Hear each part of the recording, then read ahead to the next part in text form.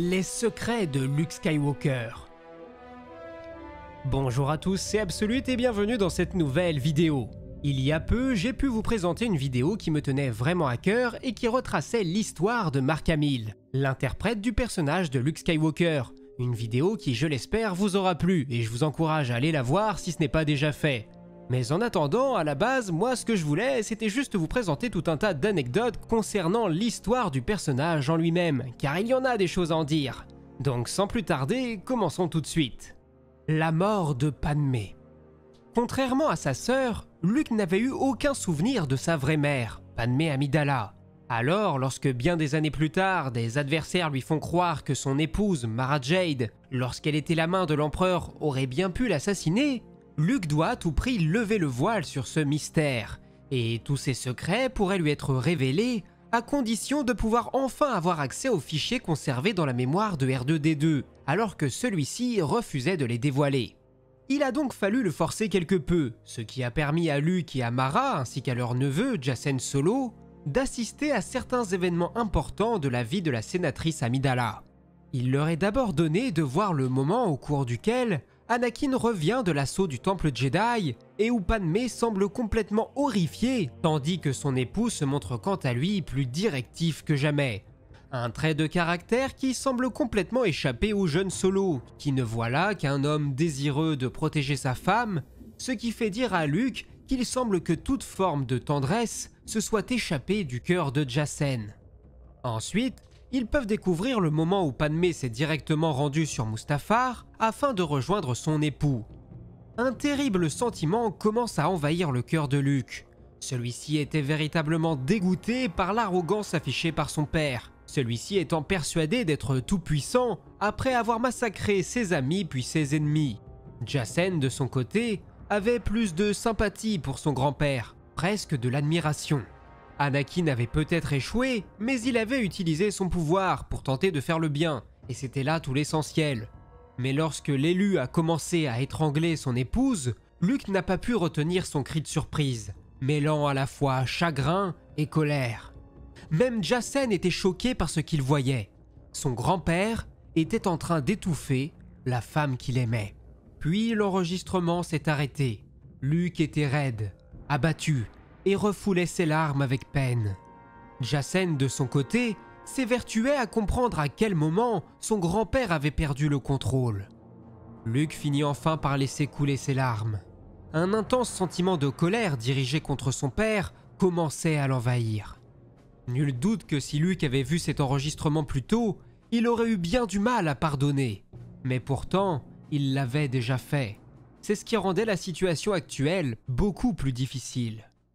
Toutefois, et même s'ils avaient désormais un indice, ils ne pouvaient pas être encore sûrs de l'innocence de Mara. De plus, Luke était persuadé qu'il n'avait pas besoin de voir le dernier fichier. Or, ce n'était pas le cas, car il se mentait à lui-même, et Jacen était persuadé que Luke ne pourrait pas supporter la douleur que lui infligerait la vision de sa mère sur le point de décéder. Finalement, il entend raison, et le troisième et dernier fichier peut être visionné. Une salle opératoire s'affiche. Des droïdes médicaux s'affairent sur le corps de la sénatrice. Obi-Wan était présent. Il l'implorait de garder ses forces, que ses enfants auraient besoin d'elle. Mais avant de relâcher son dernier soupir, elle peut murmurer quelques mots. Il y a du bon en lui. Je le sais. Luke ne pouvait rien changer aux événements qu'il avait pu observer.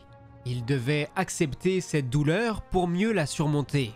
Son neveu l'encourageait désormais à utiliser cette colère et cette haine qu'il pouvait ressentir contre leurs ennemis. Mais un profond dégoût a envahi le maître Jedi. Car non, il avait seulement besoin de la force et de rien d'autre. Luke allait retenir la véritable leçon de tout cela. Et désormais, il était fin prêt à faire face à ses ennemis. Premier duel contre Vador. Après avoir détruit l'étoile de la mort, l'Alliance rebelle souhaite surfer sur ce succès, ce qui les conduit à mener d'autres opérations de sabotage, comme notamment sur Cymoon 1, afin d'y détruire une usine de fabrication d'armes impériales. Par là même, Luke y fait la découverte de nombreux esclaves qu'il décide logiquement de libérer. Mais dans le même temps, c'est le Seigneur Noir des Sith Dark Vador qui fait irruption sur place afin normalement d'inspecter les lieux. Mais il ne faut que peu de temps pour que celui-ci ne s'aperçoive des troubles qui ont lieu, ce qui le conduit donc à faire la rencontre avec ce fameux pilote rebelle qui était tenu pour responsable de sa dernière défaite. Vador avait déjà pu prendre conscience qu'il était sensible à la force, mais mieux encore, que celui-ci était désormais équipé d'un sabre laser, et pas n'importe lequel, celui qui avait jadis appartenu à celui qu'il avait été, Anakin Skywalker. Alors la question était la suivante. Pourquoi Obi-Wan avait pris ce jeune homme comme élève, et pourquoi lui avait-il confié son arme? Ces questions allaient devoir attendre. Luke se préparait au combat, mais dans son esprit, la voix d'Obi-Wan lui hurlait de prendre ses jambes à son cou. Il n'était pas prêt à faire face à un tel ennemi. Mais la fuite était désormais impossible. D'autant plus que Luke cherchait justement la vengeance. Vador avait tué son père, ce à quoi le noir ennemi lui rétorque qu'il allait devoir être plus précis, car il avait sûrement mis fin à la vie d'énormément de pères de famille. Un premier coup est ainsi échangé. Mais la supériorité du Seigneur Sith ne fait aucun doute. Toutefois, ils sont interrompus par l'arrivée des compagnons du rebelle qui avaient pris la peine de s'emparer d'un marcheur impérial pour couvrir leur fuite, ce qui donne une occasion parfaite à Luke pour prendre ses jambes à son cou. Quoi qu'il en soit, le jeune homme, de par son courage et son inventivité, a attisé la curiosité de Vador. Celui-ci décide donc d'engager le meilleur des chasseurs de primes afin de découvrir son identité. Et c'est justement l'anecdote suivante. Le duel contre Boba Fett. Bien conscient qu'il est très loin d'être un véritable chevalier Jedi, Luke se met en quête d'objets en mesure de lui permettre de poursuivre son entraînement. Le plus logique pour lui consiste donc à retourner sur Tatooine et plus précisément dans la maison de son maître dans l'espoir d'y trouver quelque chose d'intéressant. Mais ce qu'il ignore encore, c'est que quelqu'un suit sa trace, Boba Fett. Engagé par Vador, qui sème la mort sur son passage à la recherche d'une personne en mesure de lui fournir l'identité de ce jeune homme. Et pour obtenir cette information, il ne recule devant aucune atrocité, massacrant quiconque se trouvant sur son passage, que ce soit des pirates, des fermiers ou de simples Jawa. Il aurait ce nom. Alors il atteint finalement la cantina de Mos Eisley où il fait le récit de son périple. Un alien tente bien de l'intimider afin qu'il rebrousse chemin, mais il faut bien plus qu'un alien géant à 6 bras pour inquiéter un Fett. Et en une seule prise à peine, Boba se défait de son adversaire et compte bien utiliser les cris de celui-ci pour que quelqu'un finisse enfin par lui répondre. Et lorsqu'un jeune homme tente de prendre la fuite, Fett comprend enfin qu'il a trouvé la bonne personne. Il intercepte le fuyard et après une intense mais productive séance de torture, le chasseur de primes obtient un nom, Luke Skywalker. Le garçon lui avait donné ce qu'il voulait. Il n'avait plus de valeur pour lui. Boba se met désormais à la recherche de sa cible qu'il finit justement par retrouver au sein de la demeure du vieux Ben. Une escarmouche s'engage alors, au cours de laquelle le jeune homme doit pour la première fois faire appel à son entraînement. Car aveuglé par la grenade de son adversaire, il ne peut désormais faire confiance qu'à la force pour se sortir de ce mauvais pas. Ce qui peut être fait, mais difficilement, et surtout grâce à l'aide de R2 qui vient assommer le chasseur de primes. Ce qui permet à Luke de s'échapper après qu'il ait pu récupérer une étrange boîte sur laquelle il était inscrit « Pour Luke » et dans laquelle il peut y trouver un journal ayant appartenu à son ancien maître. Boba, de son côté, retourne auprès de l'homme qui l'a engagé pour lui livrer son rapport et lui apprendre le nom du garçon qui avait détruit l'étoile de la mort. Une fois la révélation faite, le Seigneur Noir comprend que pendant 18 ans, on lui avait menti, qu'il avait eu un fils et que celui-ci avait été entraîné par Obi-Wan Kenobi. Les cristaux Kyber.